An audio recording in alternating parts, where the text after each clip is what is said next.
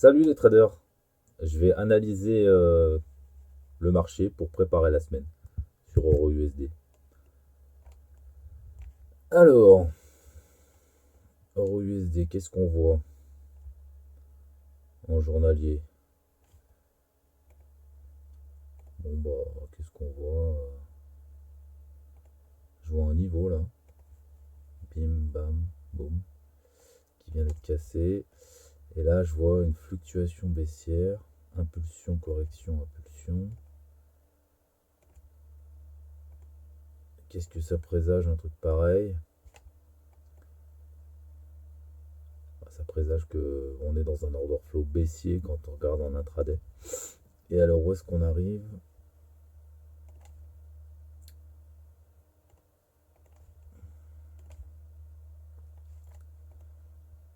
On arrive dans cet order block.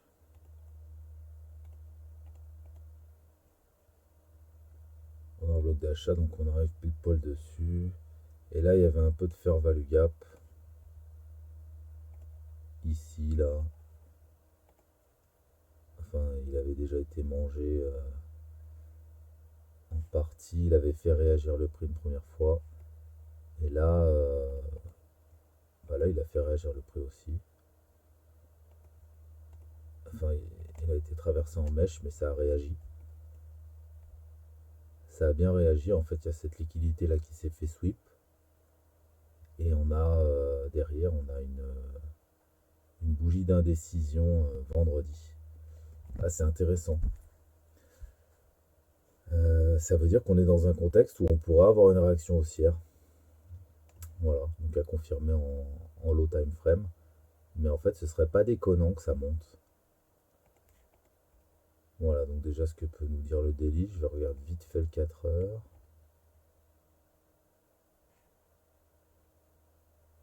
Hmm. Bon, vaut mieux en 4 heures. Mais à part ça, à part ça, il n'y a rien à rajouter. Alors, en zone d'intérêt.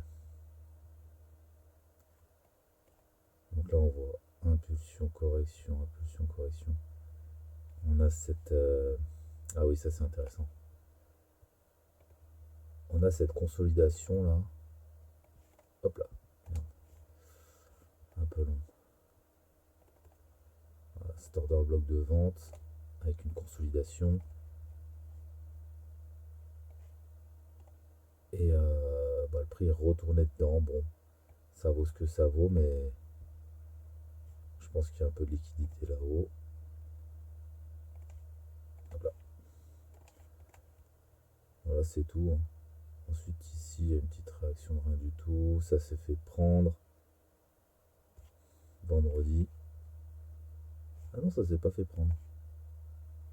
Il y a des équales, oui, bon. Ça va sans doute sauter. Voilà. Bon, je pense qu'on peut aller directement en 5 minutes.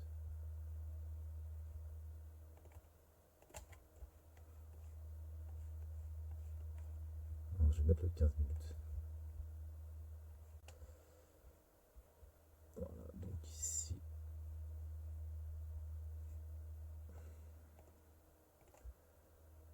Ici, on a une cassure. On va mettre des stops là-haut. Tac. Un retour. Donc, on a du monde qui est rentré à la vente. Cassure de structure. On a des stops. On a des stops ici, clairement. On a des stops ici. On a eu trailing stop et puis on a ceux qui sont entrés. Ah non, ceux qui sont entrés là. Je pense qu'ils ont mis leur stop là-haut. Ouais. On a aussi des stops ici. Non, je trace pas tout. Mais bon.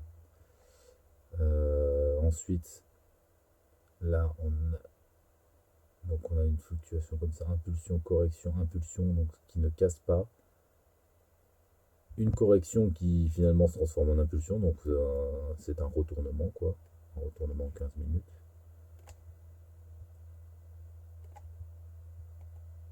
Voilà. Comme ça. Euh, donc, qu'est-ce qui peut se passer derrière ça? Alors, soit c'est donc une espèce de piège haussier, première structure cassée, et on va plus bas, soit,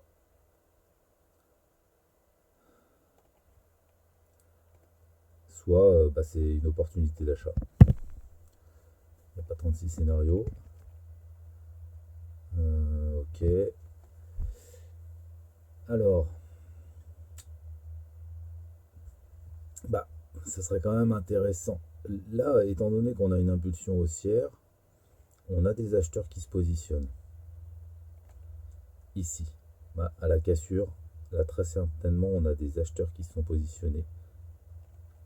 Non, c'est la cassure qu'il faut que je matérialise. Donc à la cassure, donc ici il y a une première réaction, c'est revenu, mais bon là, voilà. En plus de ça, ça y est retourné. Donc clairement, à ce niveau-là, on va mettre de la liquidité.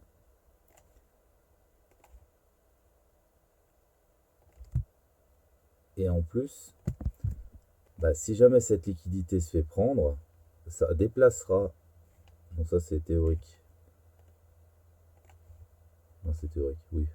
C'est virtuel quoi. On pourrait avoir un trailing stop ici. Il faudrait mettre une autre couleur. Oui, je vais mettre. Bon, de toute façon, il a déjà la liquidité. Je vais mettre comme ça. Voilà. Donc, ça, c'est dans le cas où il y a la cassure ici.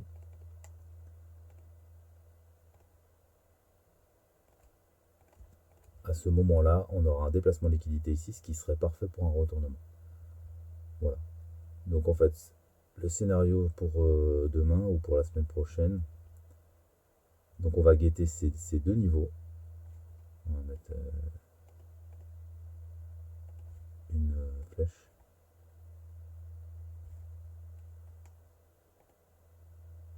Une flèche en haut. Donc ce qui serait intéressant si le bas est pris, c'est de chercher un reversal, puisqu'on est quand même dans un contexte de sweep de liquidité, que j'ai noté là.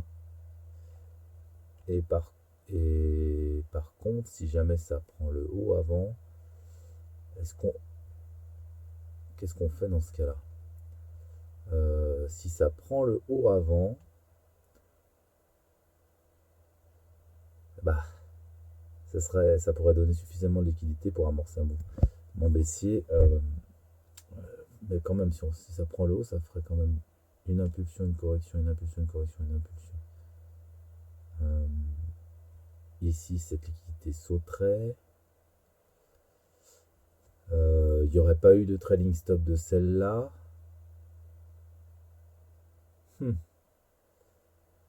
Là, pour le coup, si jamais, à mon avis, si ce niveau il saute avant, il faut chercher un achat plus bas et ne pas chercher le plus bas. C'est-à-dire que je serais surpris que ça, à la limite que ça prenne, c'est pas trop grave, mais que ça fasse ça derrière, je serais surpris. À mon avis, ce qui serait le plus logique, si jamais ça fait ça, c'est que ça retrace pour sortir des acheteurs, mais le niveau, je sais pas exactement. Peut-être ici. On verra. En tout cas, c'est pas le scénario que je privilégie, mais bon, après tout, il faut bien prendre en compte les deux. Enfin, c'est pas celui qui m'arrange.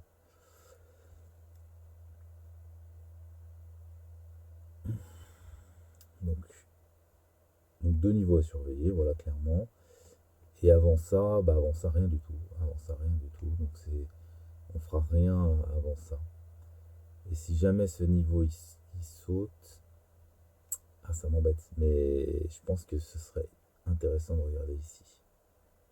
Et de chercher à acheter à ce moment-là. Donc voilà. Parce que il y a quand même eu le sweep, donc c'est intéressant, mais est-ce qu'on pourrait pas aller plus bas tout simplement?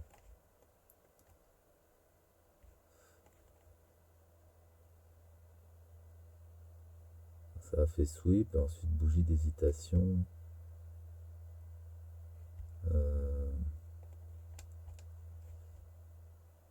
4 heures. Ouais, je vais regarder en 15 minutes. Ah, je le vois pas bien là, le sweep. Ah, mais non, le sweep, je le regardais en daily.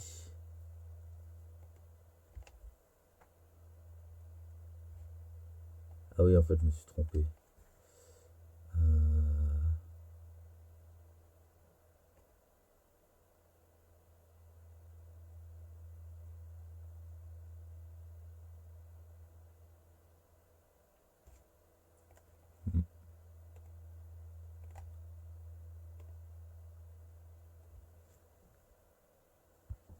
ouais. Si on regarde en 4 heures, en daily,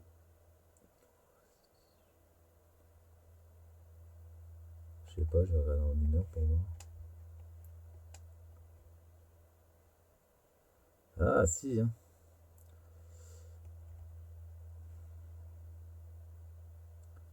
Et où est-ce que ça pourrait revenir? Donc, il y a cette zone qui a bien retravaillé là. Plein d'acheteurs.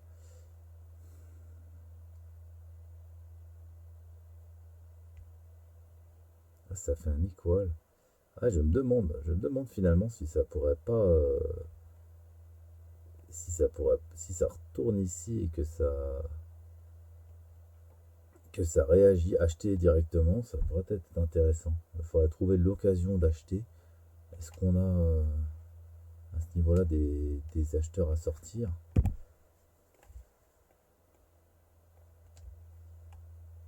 Bah là, il n'y a pas de structure. Là, il y a une structure vendeuse. Ici, on a sorti des vendeurs.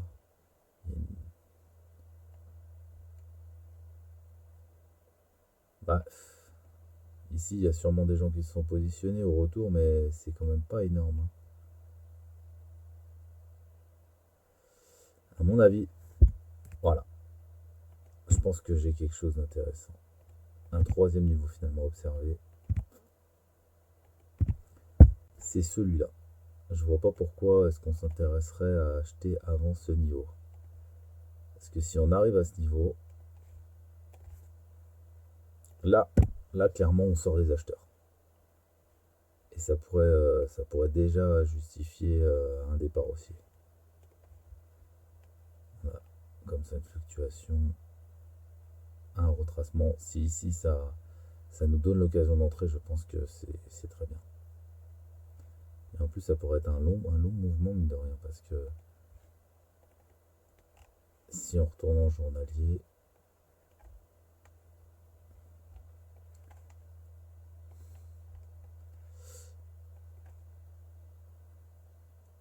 ouais, là on a bien un sweep visible, bien comme il faut. Si on retourne en journalier, il y a, enfin, je veux dire, par rapport à la prise de position, il peut y avoir un sacré gain, même si on s'arrête ici, quoi.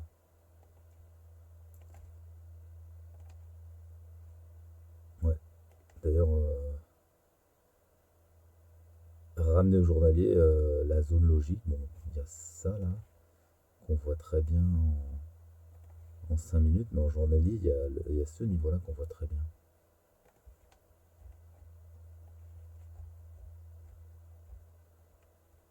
Oui, c'est ici. Si on pouvait prendre un trade comme ça, là,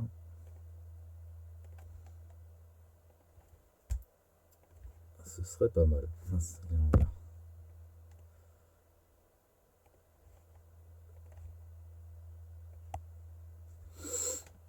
Ouais, je pense qu'un TP à ce niveau-là en cas de départ haussier, ce serait pas du tout déconnant. Et au niveau de la protection, bah, le bas du sweep, hein, pourquoi pas. Bien évidemment, en petit time frame, on pourrait faire mieux.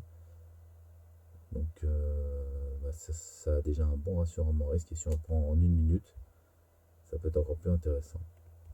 Bon, bah, je pense que ça suffit comme analyse. On verra bien ce que ça donne déjà la session asiatique demain et on verra à quoi ça ressemble. À bientôt.